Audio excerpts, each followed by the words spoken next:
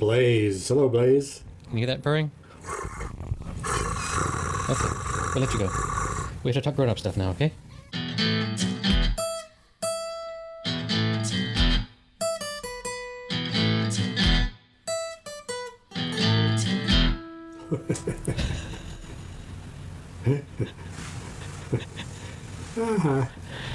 You know, it's some of us have gone through that and some of us haven't.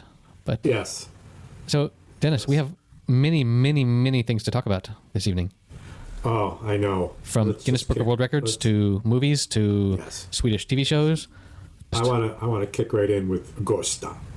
Yes. Because it left me so clear that this is what these series are all about. This is the way that I felt at the end of that was such a wonderful feeling and perplexing and difficult, but I thought this is what good shit feels like.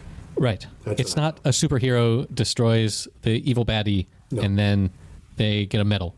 It's complicated, super complicated shit. Like, man, I was getting so fucking stressed with every single episode where a new person would move into his house, and it was just like, oh my god, because like on the one hand, but like on the one hand, great, you start and you like the guy because he's willing to help people, and someone calls on him and they need help, and he's sure, I'll help you, and then another person calls and says, hey, I need help, and he says, sure, I'll help you, and then a fourth and a fifth and a sixth person comes and says, hey, I need help, and he's like, sure, I'll help you, with no. Like, last episode, I think I used the word selfless. Like, with no concern for himself, he is just giving and giving and giving and just wants everyone to be happy and better. Right. Did you note the episode during which, for the first time, he lied? Because for 3 episodes, he didn't show any... They didn't show any negative traits, actually. Right. It was all just very positive. It's certain into the 3rd episode, I believe this was. Do you remember what the lie was? And yeah, the lie was... I'm busy and I can't right now, or something? No. What, had he been crying? Huh. And he was adamant. And that was the 2nd time. I can't remember. But anyway, I thought it was pretty remarkable. And the gentleman who played Pappy was so much the thing that made that series unbelievably interesting. Yes. If you took out that character, the rest of it would have been like... Yawn. A little more bland, to say the least. But the emotional end of it with Gösta, and then the insanity kind of levity, laugh out loud stuff that he would say and do as a Chaplin-esque figure with the stamping around in the swamp, yelling at his son, Gösta, I'm stuck, I'm dying, I'm going to die of cancer in the swamp. Yes. When Gösta knows it's all just such bullshit. And he resolutely says, no, Papa. Goodbye. And I loved how he finally told his coworker, look, no, I'm not going to go out with you again. And she says, why? She said, I didn't have a good time last time. He said it was unpleasant. He said it was somewhat unpleasant. And she said, okay. But I really enjoyed the sharp, juxtaposition is not the right word, but the sharp contrast between being selfless and giving and giving and giving to the point where if you're going to be sane, you need to say no at some point. Yeah. And, so I gotta say this. The introduction of his mother, who we know is a photographer, who shows up at the absolutely worst possible time, and it concludes the episode with her handing him the bird and saying, Mama. And from that point forward, the whole thing becomes like a fucking train wreck, like a locomotive, because there is not a scene she's involved in that is not charged, right, with all sorts of stuff. She is another protagonist, yet another protagonist. That's the thing about the show, is that the victim of all of this, Gösta, has got all these people with their own identity, which are placing him in emotional jeopardy, and it just goes on and on and on. Yeah, I read, there's like this, he would hate to be called self-help, but this author of a book called How Not to Give a Fuck, it's like the best-selling, like it's in all the airports. And I don't think I've read his book, but maybe I have read his book. But then he's got a bunch of interesting blog posts. And anyway, a couple months ago, I signed up for his email newsletter, and which is always very interesting. It's about how to think about living life in this modern age, and it's not, I don't know, it's thought-provoking. But he had one email recently that I really liked that was, always say yes until you can afford to say no. And what he means by this is, if you move to a new city or something and your coworkers say, hey, come out for a couple of drinks or whatever, always say yes to that, because you're not busy enough to say no. Or if you're starting out as a freelancer, you have to say yes to every single job until you get to the point where you can't say yes anymore and you need to raise your prices and say no. Or, for example, my daughter soon is about to jump into high school. She's going from being the big fish in the little pond to being the small fish in the big pond. And I spoke with her about, look, to make friends, you need to, if anyone says, hey, do you want to hang out and do this? Say yes, unless it's a super creepy person. But always say yes until you can't anymore, and then start to say no, and then you can start sort of triaging which of these things do you want to attend, or what do you want to do, or the people you want to hang out with or not. But when you have nothing, you need to build up to the point where you have to start saying no. And Gösta very much felt like that to me, where he would just say yes to everything until it got to the point where he just couldn't fucking. I was surprised he didn't keep the dog. I sort of thought he might keep the dog. Actually, surprised in what sense? Because everyone else could understand that he had moved all of their shit out and was like, you have to leave. But then he had this nice sort of heart-to-heart where he explained to the dog, look, you also have to leave. You'd be alone all the time. Right. Because he works all the time. And this is the thing, is that his mother told him in the woods that there were two things about him that were really important. One was that he's not better than everybody else, and he ought to stop acting like it and saying it, acting like it. And number two, at the end of the day, he's just lonely. And one of those two things was wrong, and one of those two things was right. And that concluding scene of him thumbing through the pictures of his dog, wasn't that beautiful? Was the evidence that his mother knew him well enough to know, at the end of the day, he's just lonely. Of the two things she said, that's the more important thing. It's the more true thing. He said what he believed finally in his I love that absolute annihilation of their beliefs of him. You think I'm better than you guys? It's because I fucking am. Because I am. Because I'm helping people, and you're not. You're all after whatever you want for yourself. Although he didn't say that. Well, he actually didn't say that to them. But clear enough. How desperate were they all? So can I sleep at your place tonight? Just for a couple nights. It's how. I don't know. It's just. So here's a question for you. I want to remind you of a scene, and before I want to say something else too, though. The scene that I want to talk about is the scene where Jason, is that the guitar player? Jason? No. Sure. We're calling that.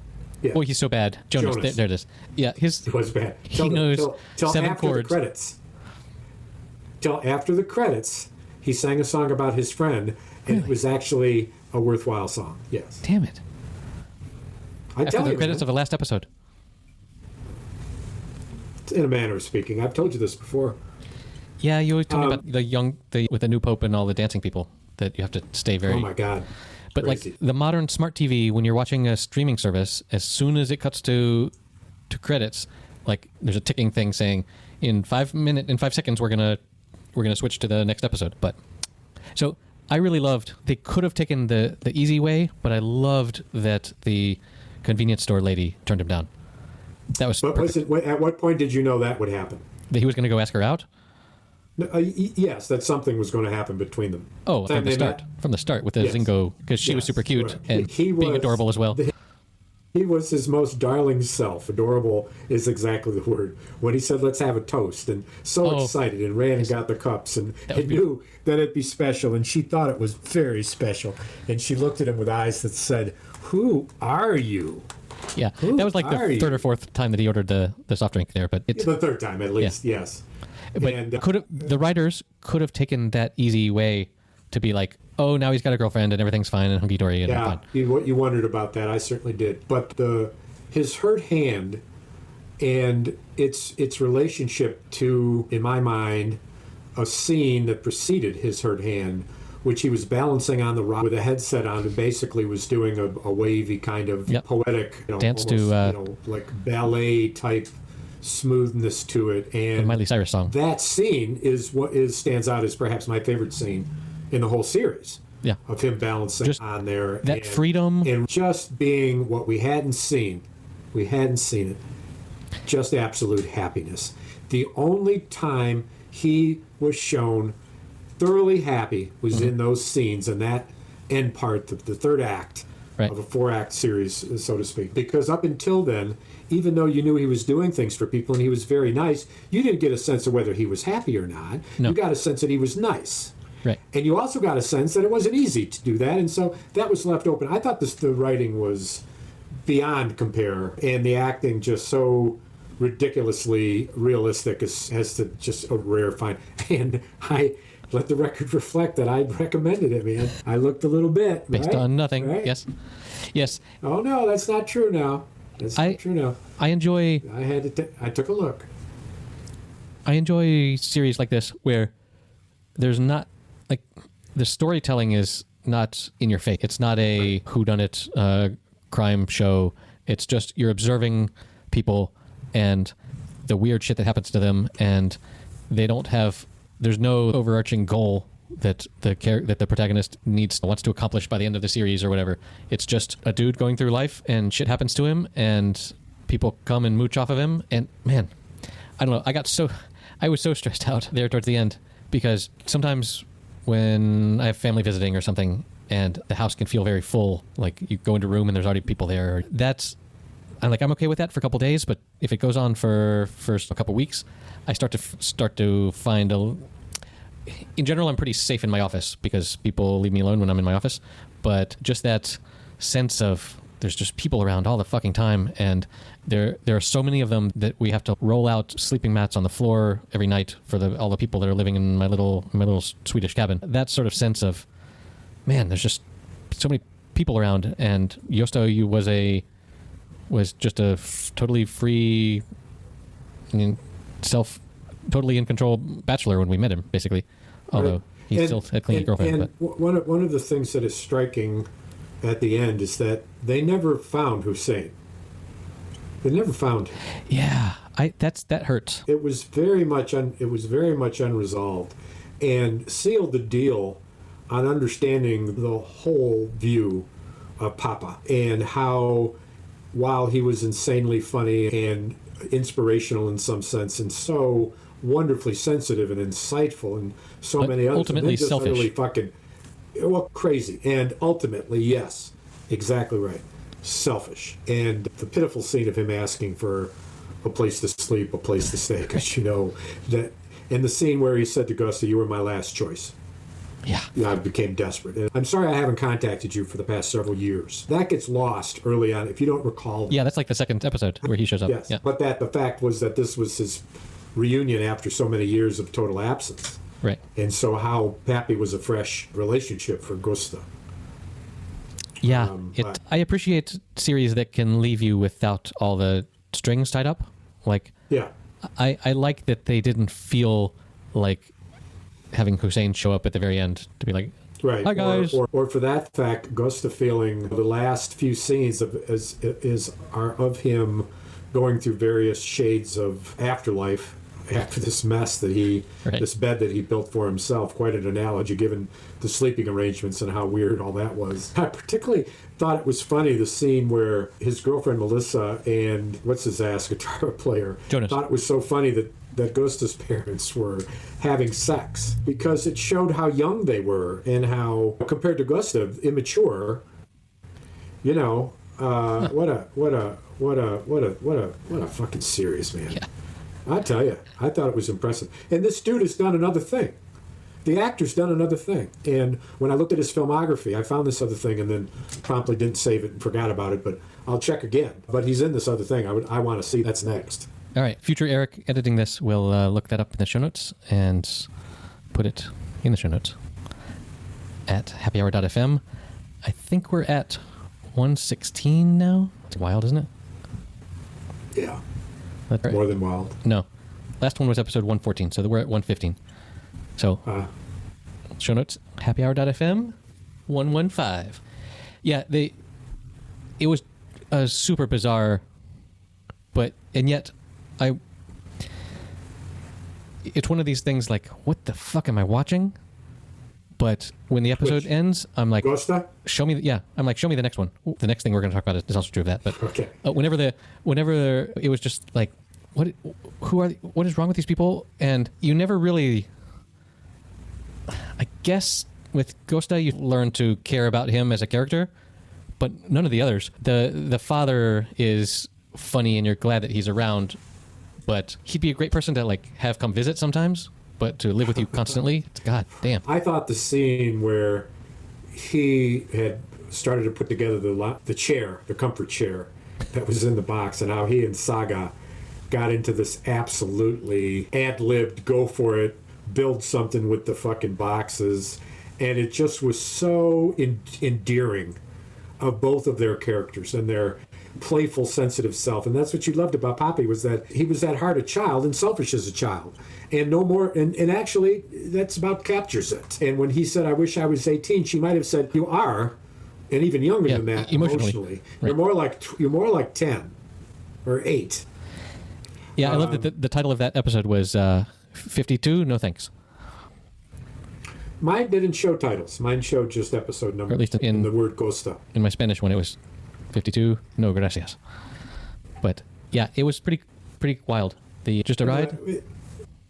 As you had said too, the interspersion throughout of the English when they're talking to Hossein, and then much of the music, and just fascinating to hear Poppy, for example, in one of the final episodes, go up and convince Hossein that he had a better place for him to live. Yeah. And not only how clear his English was, but his beautiful Scandinavian accent. Well, and again, everyone in Sweden speaks perfect fucking English. Like, yeah, they all do. They have as an elective to study a third language in school because they know English from zero. From the get-go. It was a cute series. Great pure luck of choosing it. It was endearing and lovely. You've said that twice. Now, I'm telling you that I did a little bit of research, and it wasn't just for luck. Would have been just throw the title at you and what the fuck. No, I looked at a bunch of shit before I looked at this and said, yeah. Your research. Hey. I appreciate you. I carry the weight here. You know this. I know. This whole thing. You have the gravitas of right. If I don't call you, what would it... If I didn't call you, what would it be like? It's just you. Dennis, take the wheel, is what I say every time we connect. Yes. You are my sunshine. You my North Star. My sunshine, my only sunshine. I thought that was the next line. You make me happy when skies are gray. Here you go. You'll never know, dear, how much I love you. So won't you please don't take my sun to shine away. Down by the river, Gator came up and said to me, I'll do some chomping, but I did some stomping, and I drove that alligator away. Whew. That's the Bayou version. Because you made it. I wanted to run a Bayou before I went any further. Yeah. You know what a Bayou is? It's Bayou. You know what a Bayou is? What's the difference? This is a quiz. And you get 30 seconds. What's the difference between a bayou and a river? Wait a minute. What's the difference between a bayou, a river, or wetlands? That's the better question. Okay. Or swamp. So, my initial guess is that it's like a slow-moving water area. But I think you've captured it, and it in fact is about the moving water, which are different. The slow moving water, which very successfully compares it to a river, which is fast moving, compares it to a swamp, which is non-moving, compares it to a wetland, which is probably slightly moving but mostly not. Slightly moving, but where's it going? Slightly moving. And the next day it's still there. And what color is your bayou? Brown. Where the fishing boats and the songs they wrote. Blue by Linda Ronstadt. She just got inducted in the Hall of Fame. I saw an interview with her recently. It was incredible. You've seen the documentary of the Eagles, correct? Didn't we run through that? Or did I say I did and then you were supposed to and never did?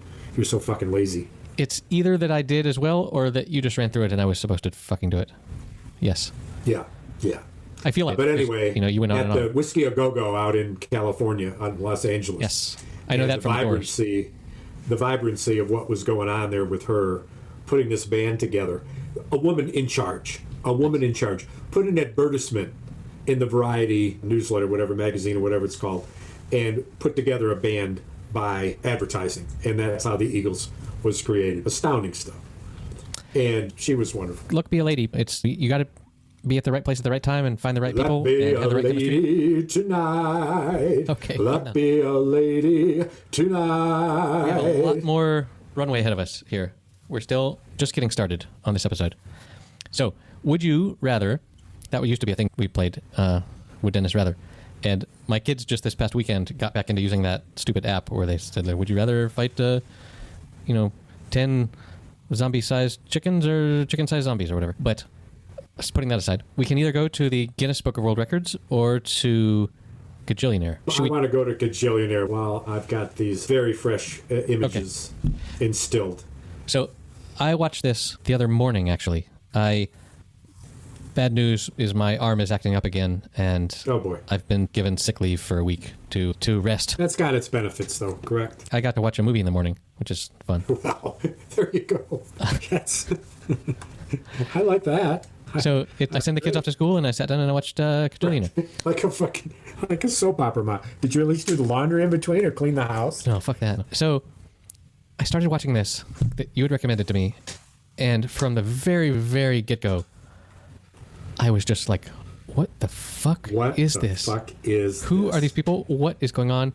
Why is there no explanation of what is going on? Why is this family of a glimpse into the life trying to scam anyone and everyone out of $2?" Which of all of the brilliant screenwriting in this was what you learned about a third of the way through, which was when you heard this, you knew you were in a different place altogether. When they explained why they named their daughter Old Dolio. No, that was very late. I thought that was explained very late when she Third was. Episode. Third episode. It's a movie. It's not episodic. That's right. When she was explaining to the class of new mothers or whatever, to the psychologist, she explained that. Oh, that was at least halfway through. Yeah, that was towards the end, where she said she was pretending to be this scam. Like baby, Somebody else. And Old Dolio was they named their daughter after this old rich guy, hoping that by doing that he would leave some of his money to them, and that stuck as her name. But they stiff them. Just this total desperate any way to buy an item on layaway and then return it and try and get extra money. It's just the stupidest, most desperate scams in quotes to try and gain any money out of the system. So let me ask you this. So talk to me about the weirdness of the bubbles coming in every day. Okay. I wanted to ask you, what is the pink foam a metaphor for? Was my question that I wanted to pose that I don't have an answer for. Overwhelming, insidious lack of control. Yes. And unpredictability. And let me ask you, when it first shows up, where they go in there, it is beyond weird. But you see, it's a bubble company. It's a 3-person job, she says. Yeah. It's a 3-person job. But that's like a side effect of whatever else is going on in that other part of the building. I don't know. I know, and the alarm goes off. Her alarm goes off. Yeah. So let me ask you, this is a quiz worth 100 points. What's the cross connector in actors with the young pope and the new pope? And Kajillionaire? Yes. You have 30 seconds. Yeah. We went over Richard Jenkins last time. You have a helpline. You can ask a question. It's not. Does the bubble factory... Here's a hint. The bubble factory. The bubble factory. Time's up. The boss, the owner of the bubble factory, was their landlord, was in the new pope and the young pope as the ambassador to the public, who was constantly seen eating fucking clams and oysters and steamed mussels. Yes. 100 points and you missed it. I can't believe you didn't get it. Okay, what a bizarre fucking character he was. You're talking about the landlord that's always asking them to pay. The owner of the bubble company, the landlord, yes, over the fence. And Yeah. the remarkable way that old Dolio chose to remain out of sight, Yes. limboing to a degree of dexterity that her baggy clothes did not in any way accentuate. What a character she was. Oh my God. That dance scene, when she was dancing in the... Okay, I just have real-time feedback here. You are exactly correct. He was not in the new Pope, not in the young Pope, but in the new Pope, where he's the guy eating clams. Yep, that's him. No, he was in the young Ivanish. Pope. But he He was in wasn't- the new Pope. The young Pope. He was in the new Pope. I know you're saying that, but I think that your citation's wrong. Okay, I think you're wrong. But he was also in Homeland. You would side with the system. Yeah. Speaking of Gösta, how he became right wing. No, his father. And his papi became right wing and kept asking me if it made him mad. I loved how everybody just imposed on Gösta.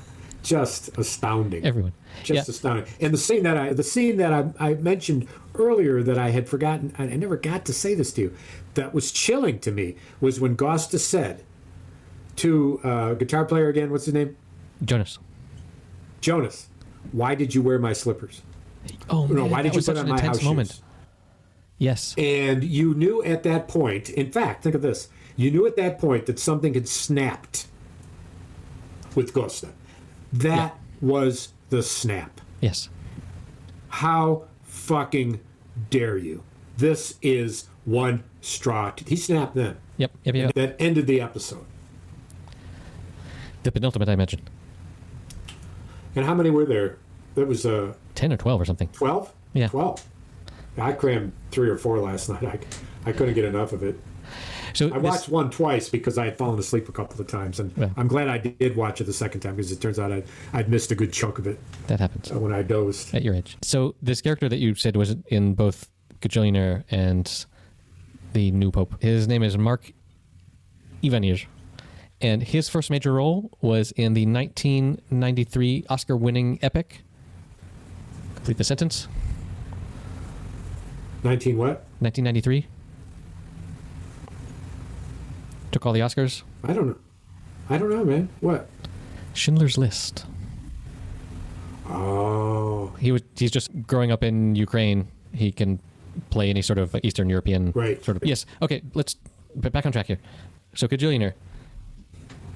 When they start dealing with the pink foam, it's just what the fuck It am I was- watching? it was What at did that Dennis point- get me into? Is what I was thinking. and it was at that point that you knew that this film was going to be exceptionally different from most everything you'd ever seen. Yes.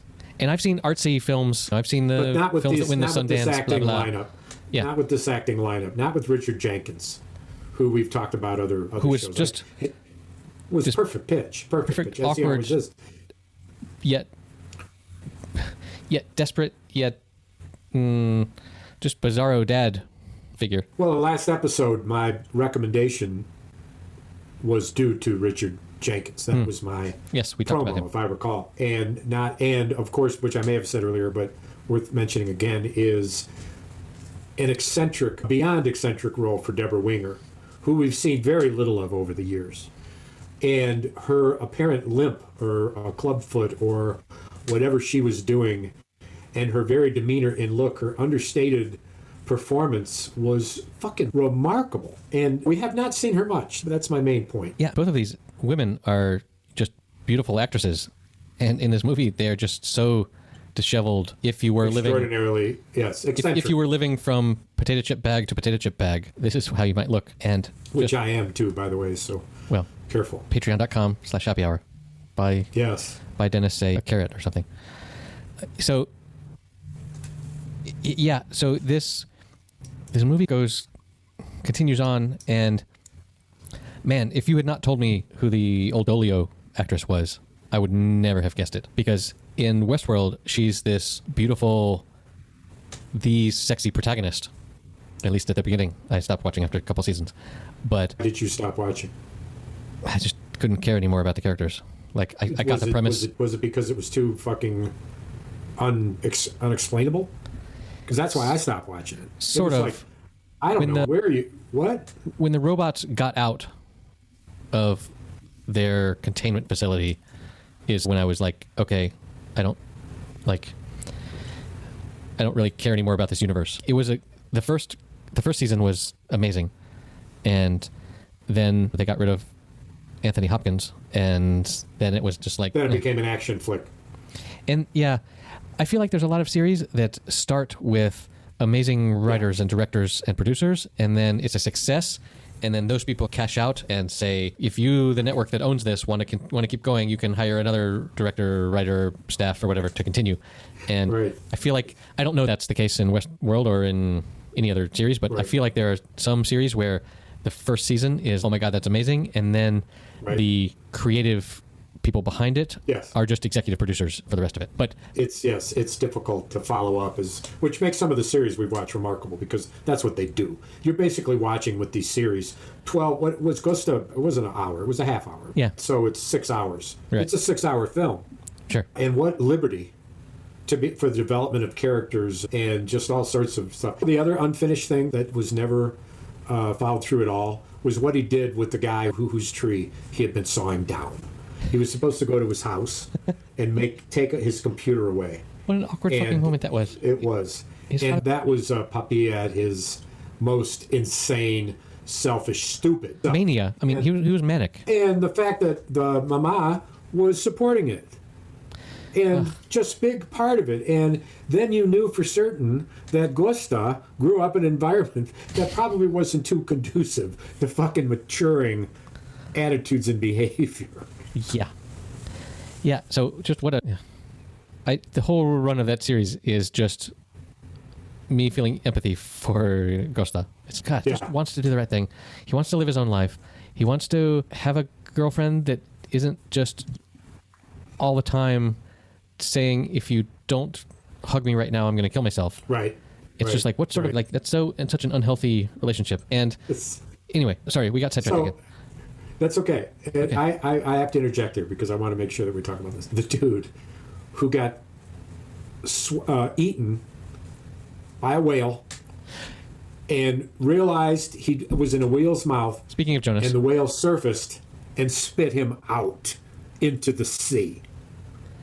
Yeah. It's whoa. What a Tuesday.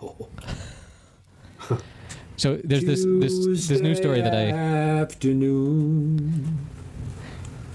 There's a story that I sent to Dennis that I saw in the news of this guy in Cape Cod, now that I'm thinking about it, where he was scuba diving or snorkeling for lobsters, which I guess is a thing where you dive down to the bottom and oysters. grab lobsters or oysters or something. Oysters, I don't know. I think oysters, not lobsters. Yeah, that makes more sense. And yeah, you can't trap oysters. And apparently this juvenile sperm whale was just driving by and had his mouth open, trying to suck up as much krill or whatever they eat as he could, and just slurped up this diver. And the diver sort of, as one would, fought back and kicked and punched the inside of the whale's mouth until the whale was like, what the fuck krill is this? And spat him out. And the diver survived with minor injuries, but I will put that link in the show notes. And told the tale. happyhour.fm 115. Hey, so I got to do this in the series that we started last episode, where I've got to turn Are you winding down already? I want to talk a little bit more about Kajillionaire, but we can do that next episode. Okay, go ahead. No, that it was like, once you learn what this family is about and how they're so desperate to scam any sort of coupon book out of anything, and what a touch when old Olio is going into the post office to rob other post office boxes, that she like does this sort of rolling around like she's a spy, somersaulting like it's Mission Impossible. Like, she just takes this persona on totally unnecessarily. It's quite a physical role that she does. That's why I love that dancing scene. But she was unleashed. But it's unleashed. But it's what you would do if you had no childhood and you, like, this is what you were doing. So you would make up, like, this is a thing that my 8-year-old son would do if we told him to, like, try and go in here without anyone seeing you. He would do somersaults and shit because it's what a child would do. Right. And anyway, that was lovely. But I was totally I had no idea where they were going when they introduced the fourth character. Yeah, it was pretty remarkable in so many ways how you knew that was coming, right? You knew that the interests were... We needed, once we established in the first act, once we established the family dynamic, we needed some actor of chaos to come in to introduce a conflict in their lives. But... And what was her name in the series? Character's name? In the movie. This is a movie. In the movie, sorry. My mind is compartmentalized. Even a movie I see as episodes in a series. Kelly. She was... What about the massage con? That was pretty great. Early. Where they got a ticket for... No. Somehow they found some guy's watch and gave it back to him, and he gifted them in response a gift certificate to get a massage at their daughter's thing. The character's name is Melanie. The fourth character. And just how the weird way that they met on the plane. On the airplane. And it was a little interesting how I never thought that character would stick through. I thought that was just going to be a quick con. When she said, I've got a checklist of all the things that they just said to you. That was a great move. That's what we're going to do in exchange for the $1,700. At that point, you knew that there was an emotional connection between the two of them, not at that point in any way sexual. And she didn't seem to have anything else better to do with her life either. Yeah, and quite in a circumstance with her own mother. Right. In a very unsatisfying relationship with her own family and wanting a family and being, the big one. The scene, the crazy miasmic scene when they thought the big one, they were in the bathroom and it was dark and the imagery showed you stars and they walked out back into the parking lot, and what she did to recognize that they survived the big one. Right. That was the big one, and this was what was on the other side of the big one. That whole scene where it's Carnival meandering and her over the top kind of exuberance, which, I mean, talk about a character that went from the highs of high hilarity to the depths of depression because she was so troubled. But what astounding stuff. Yeah, it gave me a lot to think about. And I loved if we open this breaker box and find the money, then it means this. And if we don't find the money, then it means this. And then Odolio came up with a third sort of middle option of maybe it means this or whatever. And just trying to deal with, do my parents have any sense of honor and respect for anything? Yeah. Was beautiful. And the answer was only with your third. And how about the whole vignette of waiting for the old man to die? Oh my God. It's like... Oh, just... like very dark. So dark. They could act as if they were a happy family if they were acting for a con. Right. But she could not say the word hun to her daughter. Right. And just, wow, what a fucking movie. No matter how old Dolio begged her for that. And I think the ending was perfect. The ending, they fucking nailed the ending. Well, remind me. The ending is, spoilers. Oh, kissing in the store. And the money number on the coming up cash at $15.75, which you and I both knew at about the same time. That was about to happen. And when it didn't at first, whole scene, it was I was like, what? And then the necklace was like, perfect. Yes. And just how you can imagine. I love a movie where when you are done, you are left to imagine whatever of these characters in their world in a way Gösta was like that. Yeah. Gösta was like that. Where, as I wrote to you, I would love to see a sequel. I don't think there can be a sequel. I would love to see a sequel. Yes, there can be. There can be Gösta's next journey from living from the farmhouse to moving back to Stockholm and moving and a whole whatever they wanted to do. I would watch it. I think the character's just wonderful. If they get enough traction with the American audience, he might move to Brooklyn or something. Right. Well, that you could go a lot of places with that. I'm just saying. Imagine Gösta in Brooklyn. Just saying. I want to do a little reading. Okay, we'll save the Guinness Book of Records article for next time. Well, it's weird, actually. A little bit? Isn't it? Yeah, And now, eyelashes. and then we'll talk about it next Are time. your eyelashes longer than anybody in the world? You know how? You think your eyelashes grow, and you let them grow? You're not cutting them. You have to apply stuff. I looked it up. You have to apply something called eyelash growing salve, and then your eyelashes will grow. Man, so it's your not a Google natural history, occurring event. the ads that Google is going to show you now for Googling that. Yeah. I don't know. I've had my eyebrows waxed once. That was exciting. Did you? I did. That was for my wedding day, and I allowed it for one solitary episode. Yes. And it hurt. But eyelashes, like what the... And I don't know. With these Guinness people, I guess they produce enough content that people click on that earns ad clicks and therefore earns their living. But on the other hand, one must wonder, well, why is this a thing? Yes. So anyway, begrudgingly, this article will be in the show notes about this woman with these freaky long eyelashes that go down her cheeks, down to her chin. Because gross. And holding Dennis, them out, read us some pros. she beat her own world record. That's why she was in Guinness. She held the world record, and then she beat it because she kept right on going. So these heavy eyelashes. Well, I mean, oh my God, crazy. To quote the article, so I told myself that my eyelashes must be a gift given by the Buddha. Ah, indeed, and the serum that I applied with every night to be able to do this. Bullshit. Whatever. I kept thinking about why I have such long eyelashes, and then I remembered that I had spent over 480 days in the mountain years ago, and therefore, logically, in the mountain, there might be some connections between my long eyelashes and a stronger body. I am in fair health now, but when I was born, I was relatively weak. Now I feel quite good, and many people think I look younger. Jesus. That is way out there. And in fact, a nice segue to today's reading from the Book of Coventry. Please. And I want to set this up because one of the characters in the book has got some real serious fucking juju capability.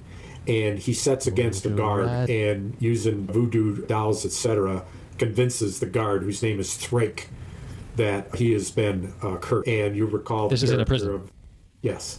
And you recall that the character we spoke of last time, whose name is Cal, whose daddy used the black snake once to beat a convict into submission, found himself working at the prison where he told his mother, now deceased, he would never work in the prison. And so now, after 47, and Cal's been at the prison for some time, and Thrake, the deviled Thrake, with his burnt car and his poxy and all the things that have been going on with him, is found. And this is how the chapter ends. And the words that I want to leave you with, and it's astounding it is. Here we go. Cal knew right away when he was summoned to the quarry that the dead man was Thrake. He didn't have to wait for the medical examiner. Had it been up to him, they would have tied up the carcass with steel and sunk it once and for all, but they all knew the thing's name, even as they would not say Thrake. The captain, Father Tuesday, sprinkling it with a stick that sprayed holy water. Icemore Lee and friend, they knew.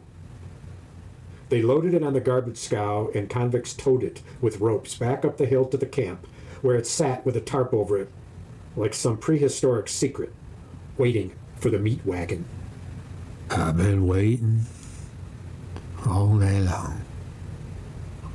I've been waiting all day long. I'll be taken from the storm. Oh, meat wagon, take me home. Oh, take me home, you old meat wagon. I don't fear you. I love your sight. Won't you take me o'er the river, and I will bask in Jesus' sight.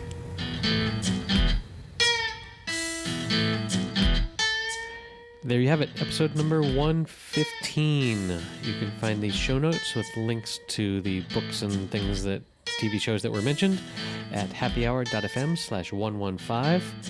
You can help support this lovely program at patreon.com/happy hour.